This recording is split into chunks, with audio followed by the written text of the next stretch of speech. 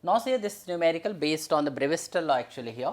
At what angle of incidence will the light reflected from water mu is equal to 1.3 be completely polarized?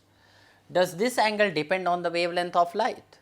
So, just we have done mu is equal to tan IP. So, we have to get the value of the IP over here, because at what angle? Mu we are given.